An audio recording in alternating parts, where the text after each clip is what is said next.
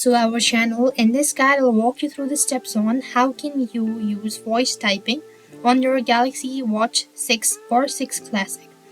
To use voice typing on your Samsung Galaxy Watch 6 or Classics or 6 Classic, you want to open any app that allows text input.